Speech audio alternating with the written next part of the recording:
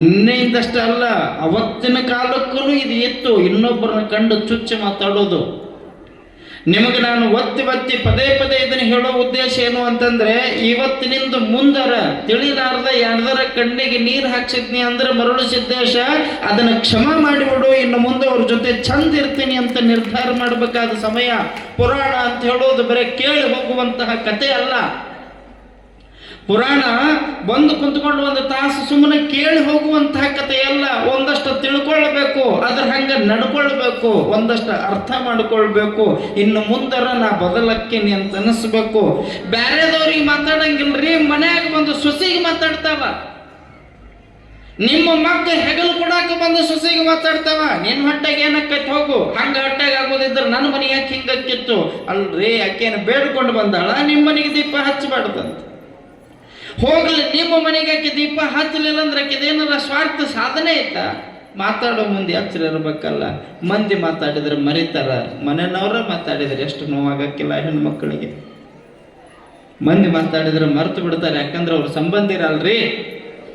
ಅವ್ರು ಯಾರು ಸಂಬಂಧ ಇರಂಗಿಲ್ಲ. ದಾರ್ಯಾಗ ಹೋಗವ, ದಾರ್ಯಾಗ ಹೋದಿರ್ತಾವ. ದಾರ್ಯಾಗ ಹೋದ್ರು ನಾಯಿಗೆ ಬೆನ್ನು ಹತ್ತಿ ಕೇಳೋರೇ ಇರ್ತಾರೆ. ಹಾದಿ ಹಿಡಿದು ಹೋಗುವಾಗ ದಾರ್ಯಾಗ ಹೋದ್ರು ನಾಯಿಗೆ ಯಾರು ನನಗೆ ಯಾಕೆ ಒದರ್ತಿ ಅಂತ ಕೇಳಬಾರ್ದು, ಮನ್ಯಾಗ ಒದರಬಾರ್ದು. ಒದರ್ತಾರಂದ್ರೆ ಆ ದಾರಿಯೊಳಗಿನ ನಾಯಿಗಿಂತ ಕಡಿ, ನಾಯಿಗಿಂತ ಕೇಳು. ಎಷ್ಟೋ ಹೆಣ್ಮಕ್ಳು ಊರು ಹಾಕೊಂಡಾವ, ಎಷ್ಟೋ ಹೆಣ್ಮಕ್ಳು ಎಣ್ಣೆ ಕುಡ್ದಾವ, ಇನ್ನೆಷ್ಟೋ ಹೆಣ್ಮಕ್ಳು ತಂದೆಗೆ ತವ್ರ ಮನೆಗೂ ಹೇಳಾರ್ದಂಗೆ ತಾವ ಸತ್ತು ಹೋಗ್ಯಾವ. ಈ ಚುಚ್ಚು ಮಾತಿಗೆನೆ ಅಲ್ಲಿ ಮುಕ್ತಿಶೀಲ ಹೇಳಕತ್ತಿದ್ಲು, ಗಂಡನ ಮುಂದೆ ತೋಡ್ಕೊಳಕತ್ತಿದ್ಲು. ಗಂಡ ಕಣ್ಣೀರು ಒರೆಸಿ ಸಮಾಧಾನ ಮಾಡ್ತಾನ. ಚಿಂತೆ ಮಾಡಬೇಡ. ನಮಗ್ ಕೊಡಬೇಕು ಅಂತಿದ್ರೆ ದೇವ್ರು ಹೆಂಗಾರ ಕೊಡ್ತಾನ, ಹತ್ಕೊಂತ ಕುಂತ್ರ ಕೊಡಂಗಿಲ್ಲ. ಯಾಕೆ ತಲೆ ಕೆಡಿಸ್ಕೊಳ್ತೀವಿ? ಮಂದಿ ಮುಂದೆ ನೀ ಹೇಳ್ಕೊಳ್ಳೋದಾರ ಯಾಕ? ಮಂದಿ ಮುಂದೆ ಹೇಳ್ಕೊಳ್ಳೋದು ಯಾಕೆ? ಯಾರ ಮುಂದನೂ ಕಷ್ಟ ಹೇಳ್ಕೊಳ್ಬಾರ್ದ್ರಿ. ಬಸವಣ್ಣನವ್ರು ಹೇಳ್ತಾರೆ ಒಂದು ಕಡೆ, ಹಾಡಿದರೆ ನೊಡೆಯಗೆ ಹಾಡುವೆ, ಬೇಡಿದರೆ ನೊಡೆಯಗೆ ಬೇಡುವೆ, ಒಡೆಯಂಗೊಡಲ ತೋರಿ ಬಡತನವ ಭಿನ್ನಯಿಸುವೆ. ನನ್ನ ನೋವೈತಲ್ಲ, ನನ್ನ ಕಷ್ಟ ಐತಲ್ಲ, ಅದನ್ನ ನಾನು ನನ್ನ ನಂಬಿದ ಗುರುವಿನ ಮುಂದೆ ಹೇಳ್ಕೊತೇನೆ, ಗುರುವಿನ ಗದ್ದಿಗೆ ಮುಂದೆ ಹೇಳ್ಕೊಳ್ತೇನೆ, ಆ ಕೂಡಲ ಸಂಗಮನ ಮುಂದೆ ಹೇಳ್ಕೊತೇನೆ. ಯಾಕಂದ್ರೆ ಅವ ಹೊಳ್ಳಿ ನನ್ನ ಬಗ್ಗೆ ಮಾತಾಡಂಗಿಲ್ಲ, ಹಂಗಿಸಂಗಿಲ್ಲ. ನಾನು ಹೋದ ಮೇಲೆ ಅವ ನಗಂಗಿಲ್ಲ, ಇನ್ನೊಬ್ಬರ ಮುಂದೆ ಹೇಳಿ ನನಗೆ ನೋವು ಮಾಡಂಗಿಲ್ಲ. ನನ್ನ ಕಷ್ಟ ಎಲ್ಲ ಕೇಳ್ತಾನ, ನನಗೆ ಇಷ್ಟ ಕೊಟ್ಟು ಸಲಹುತ್ತಾನ. ಮರುಳ ರಾಜ್ಯನ ಮುಂದೆ ನನ್ನ ಕಷ್ಟ ಹೇಳ್ಕೊತೀನಿ ಅನ್ನೋದೈತಲ್ಲ. ಒಡೆಯಂಗೊಡಲ ತೋರಿ ಬಡತನವ ಭಿನ್ನಯಿಸುವೆ, ಒಡೆಯ ಮಹಾದಾನಿ ಕೂಡಲ ಸಂಗಮಗೆ ನಾಶರಗೊಟ್ಟಿ ಬೇಡುವೆ. ಯಾರತ್ರ ಹೋಗಿ ಕೇಳೋದಲ್ಲ. ಒಂದು ಹಿಡಿ ಉಪ್ಪು ಕೊಟ್ಟ 11 ದಿವಸ ಹಂಸೋರ್ ಮುಂದೆ ಹೋಗಿ ಶರಗೊಟ್ಟಿದ್ರೆ ಬಂತೇನು ಪ್ರಯೋಜನ? ಒಂದು ತುತ್ತ ಅನ್ನ ಹಾಕಿ ನೀನು ಸಲುವಿನಿ ಅಂತ ಒದರೋರ್ ಮುಂದೆ ಹೋಗಿ ತಿಂದೇನು ಪ್ರಯೋಜನ? ಉಪವಾಸ ಇದ್ರೂ ಚಿಂತೆ ಇಲ್ಲ, ಕೊಟ್ಟು ಹಂಗಸೋರು ಮನ್ಯಾಗ ಊಟ ಮಾಡೋದಿಲ್ಲ ಹೇಳ್ತಾರಲ್ಲ ದೊಡ್ಡವರು. ಸುಮ್ಮನೆ ಹೇಳಿಲ್ಲ.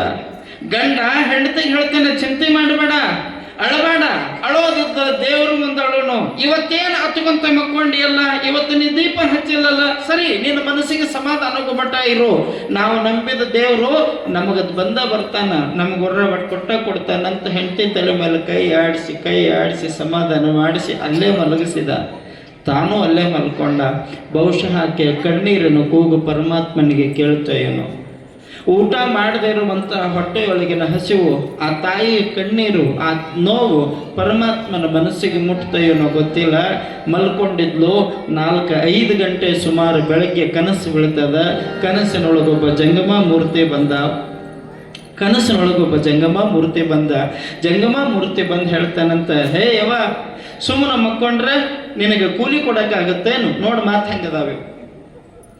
ನೀನು ಸುಮ್ಮನೆ ಮಕ್ಕೊಂಡ್ರೆ ನಿನಗೆ ಕೂಲಿ ಕೊಡಕ್ಕಾಗತ್ತೇನು? ದಿನಕ್ಕೆ 10 ಹೋಳಿಗೆ ಮಾಡಿಕೊಂಡು ಬಾ, 10 ಮಂದಿಗೆ ಊಟ ಮಾಡಿಸು, ನಾನು ಪೂಜೆ ಮಾಡು, ನಾನ ನಿನ್ನ ಮಗ ಆಗಿ ಹೊಟ್ಟೆಗೆ ಹುಟ್ಟಿ ಬರ್ತೀನಿ ಅಂತ ವರ ಕೊಟ್ಟು ಹೋದ.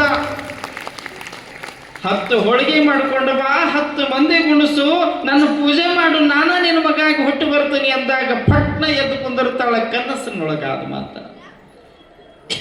ಗಂಟೆಗೆ ಎಬ್ಬಿಸ್ತಾಳ. ಹಿಂಗಾತು. ಯಾರೋ ಒಬ್ಬ ಜಂಗಮ ಮೂರ್ತಿ ಬಂದ. ಹಿಂಗೆ ಹೇಳೋಣ ಅಂದಾಗ ಗಂಡ ಅಂತಾನ, ನೀನು ಸುಮ್ಮನೆ ರಾತ್ರಿ ಅನ್ಕೊಂಡು ಮಕ್ಕೊಂಡಿದೆ, ಪರಮಾತ್ಮ ಬಂದು ನಿನಗೆ ಹೊರ ಕೊಟ್ಟಾನ, ಮಾಡು, ದಿನ 10 ಹೋಳಿಗೆ ಮಾಡು, 10 ಮಂದಿಗೆ ಊಟ ಮಾಡಿಸು. ಇಲ್ಲಿ ನೋಡ್ರಿ, ದಿನ ನೀವು ಬರೋ ಮುಂದೆ ರೊಟ್ಟಿ ತೊಗೊಂಬರ್ತೀರಿ ಹೇಳಿದ ಮೇಲೆ. ಹೋದ ವರ್ಷನೂ ಒಂದು 4-5 ದಿವಸ ಹೇಳಿದ್ವಿ, ತೊಗೊಂಬಂದ್ರಿ. ಈ ಸರ ಹೇಳಬಾರ್ದು, ನೀವ ತರ್ತೀರಂತ ನೋಡೋಣ ಅಂತ ನಾನು ಸುಮ್ಮನೆ ಕುಂತಿದ್ದೆ. ಆದ್ರೂ ಇವತ್ತೊಂದಷ್ಟು ಮಂದಿ ತಂದು ಕೊಟ್ಟಾರ. ನಾಳೆಯಿಂದ ನೀವೆಲ್ಲರೂ ತರ್ತೀರ, ಹೌದಲ್ಲ? ಒಬ್ಬೊಬ್ರು ಒಂದೊಂದ ತರಬೇಕು. ಮತ್ತೆ ಇಲ್ಲಿ ನಡೆಯೋ ಕಾರ್ಯಕ್ಕೆ ನೀವು ತರೋ ದಾಸೋಹ, ಅವತ್ತಿನಿಂದಾನು ಈ ಪ್ರಸಾದಕ್ಕೆ ಕಿಮ್ಮತ್ತೈತಿ. ನಾನು ಅದನ್ನು ಹೇಳಕತ್ತೇನೆ, ನೀವು ತಂದು ಕೊಡೋ ಪ್ರಸಾದಕ್ಕೆ ಎಂತೆಂಥ ವರದವಂತಿದೆ. ಇದು ಕಾರಣ. ಇದು 10 ಹೋಳಿಗೆ ತಗೊಂಡು ಹೋಗಿದ್ಲು, ಆ ಈಶ್ವರ ಗುಡಿ ಸುತ್ತರದ ಕಸ ಹೊಡಿತಿದ್ಲು, ಈಶ್ವರನ ಪೂಜೆ ಮಾಡ್ತಿದ್ಲು. ಆ ಪೂಜೆ ಮಾಡಿ ಅಲ್ಲಿರುವಂತಹ ಒಂದಷ್ಟು ಮಂದಿಗೆ ಆ ಹೋಳಿಗೆ ಎಡಿ ಕೊಡ್ತಿದ್ಲು, ಊಟ ಮಾಡಿಸ್ತಿದ್ಲು, ಸುಮ್ಮನೆ ಬರ್ತಿದ್ಲು. ನಿಮಗೆ ಹೇಳ್ತಾನೆ, 9 ದಿವಸ ಕಳಿತು, 10ನೇ ದಿವಸ ಕಳಿತು, 11ನೇ ದಿವಸ ಹೋಳಿಗೆ ತಗೊಂಡು ಎಡಿ ಹೋದ್ಲು, ಪೂಜೆ ಮಾಡಿದ್ಲು, ಈಶ್ವರನ ಮುಂದೆ ಕೂತ್ಕೊಂಡ್ಲು. ಆ ಕೆಂಪು ಹೂಗಳನ್ನು ಈಶ್ವರನ ಮೇಲೆ ಏರಿಸಿ ಹಿಂಗೆ ಕೈ ಮುಗಿದು, ಯಪ್ಪ ನೀ ನನಗೆ ಹೊರ ಕೊಡು ಅಂತ ಹಿಂಗೆ ಹಣಿ ಹಚ್ಚಿ ಮ್ಯಾಕೆದ್ರೆ ಈಶ್ವರನ ತಲೆ ಮೇಲಿದ್ದ 5 ಹೂ ತೆಳಗೆ ಬಿದ್ದು ಅಂತ. ಯಾವಾಗ 5 ಹೂ ತೆಳಗೆ ಬಿದ್ದುವೋ ಆ 5 ಹೂ ತಗೊಂಡು ಉಡಲೊಳಗೆ ಇಟ್ಕೊಂಡ್ಲು, ಹೊರಗೆ ಬಂದ್ಲು. ಆ ಕೂತಿರುವಂತ 10 ಮಂದಿಗೆ ಹಿಂಗೆ ಹೋಳಿಗೆ ತಿನ್ನಿಸೋ ಮುಂದೆ ಅದ್ರಾಗ ಒಂದು ಹುಡುಗಿತ್ತು.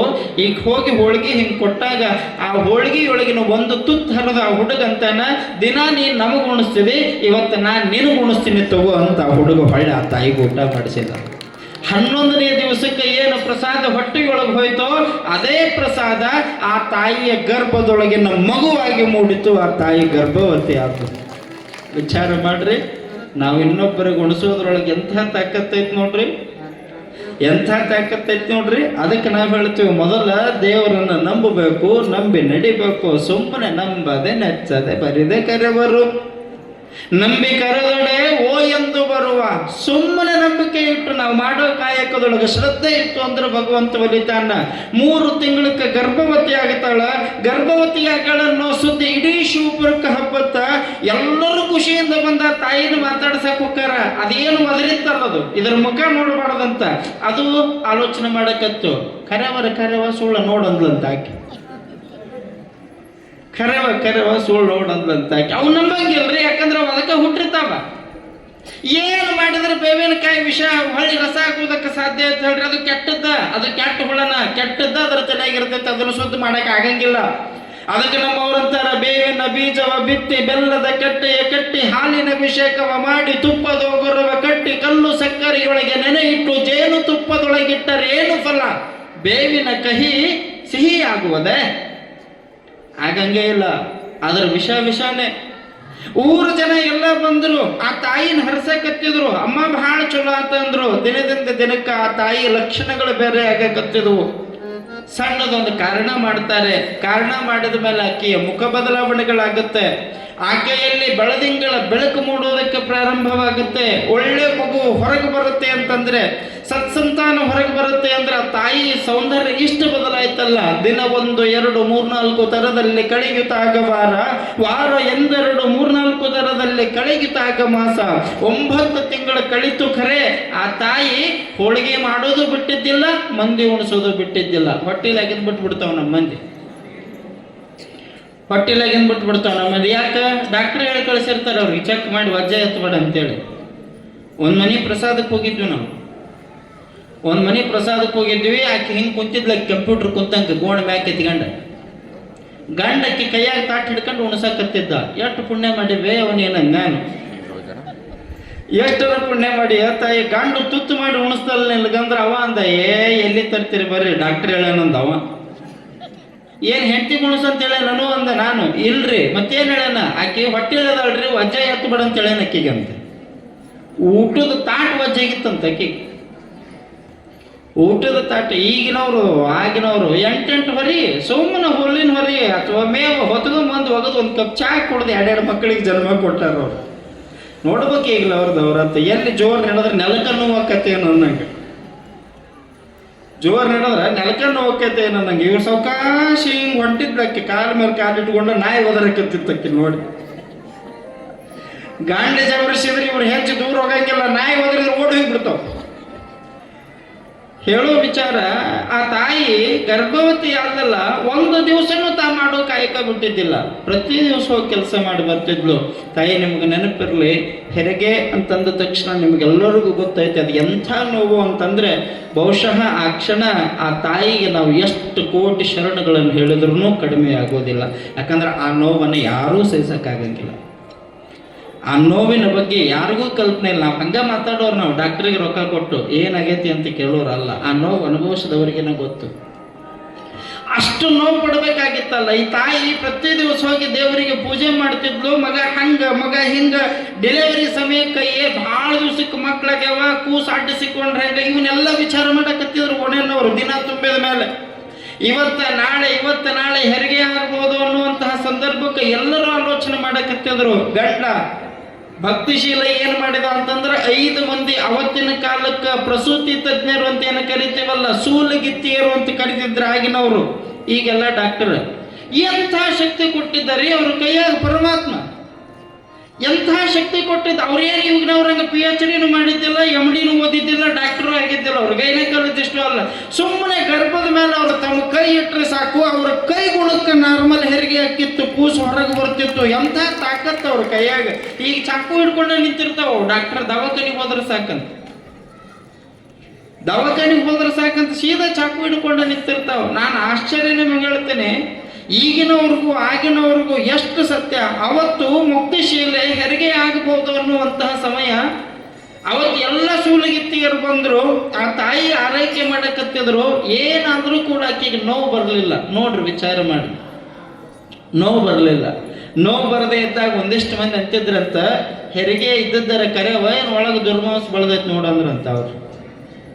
ಮತ್ತು ಅದನ್ನ ಆಲೋಚನೆ ಮಾಡ್ಬೇಕಲ್ವ.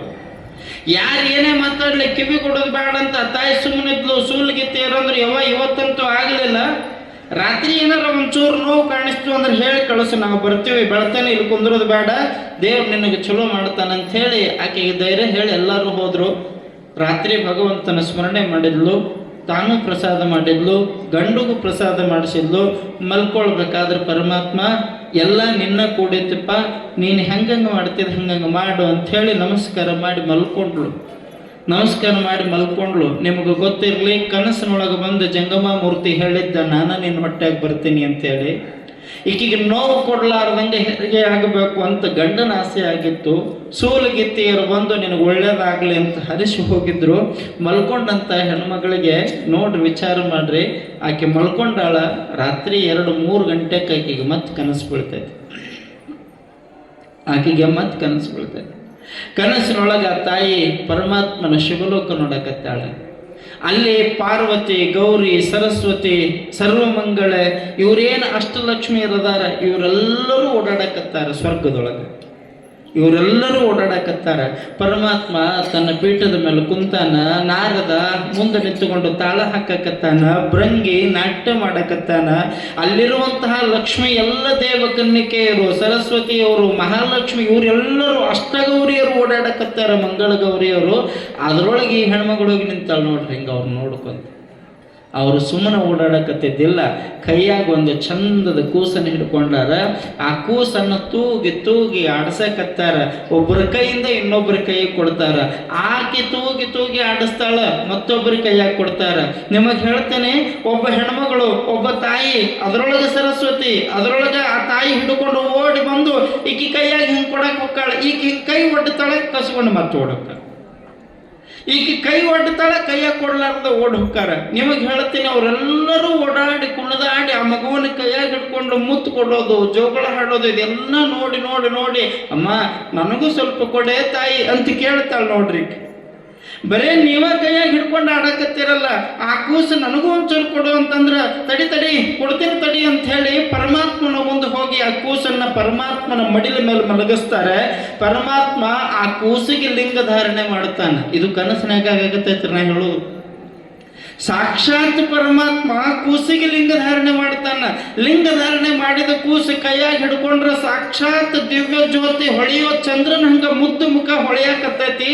ಆ ಕೂಸು ತಗೊಂಡು ಬಂದು ಈಕಿ ಕೈಯಾಗಿ ಬಿಡ್ಬೇಕಿಲ್ಲ ಅವರು, ಈಕಿನ ಕೈ ಹಿಡಿದು ಕರ್ಕೊಂಡು ಬರ್ತಾರ, ಈಕಿ ಮನೆಗೆ ಕರ್ಕೊಂಡು ಬರ್ತಾರ. ಮಕ್ಕೋ ಮಕ್ಕೋ ನೀ ಮಕ್ಕೋ ಅಂತ ಮಲಗಿಸ್ತಾರ. ಹಿಂಗ ಮಲಗಿಸಿ ನೀನು ಮಲ್ಕೋ ಅಂತ ಹೇಳಿ ಆ ಕೂಸು ಆಕಿ ಬಾಜು ಇಡ್ತಾರ, ಮಂಚದ ಮೇಲೆ ಬಾಜು ಇಡ್ತಾರ. ಬಾಜು ಇಟ್ಟು ನೀನ್ ಈ ಕೂಸನ್ನ ಕೆಡಲಾರ್ದಂಗ ನೋಡ್ಕೊ ಅಂತಾರ.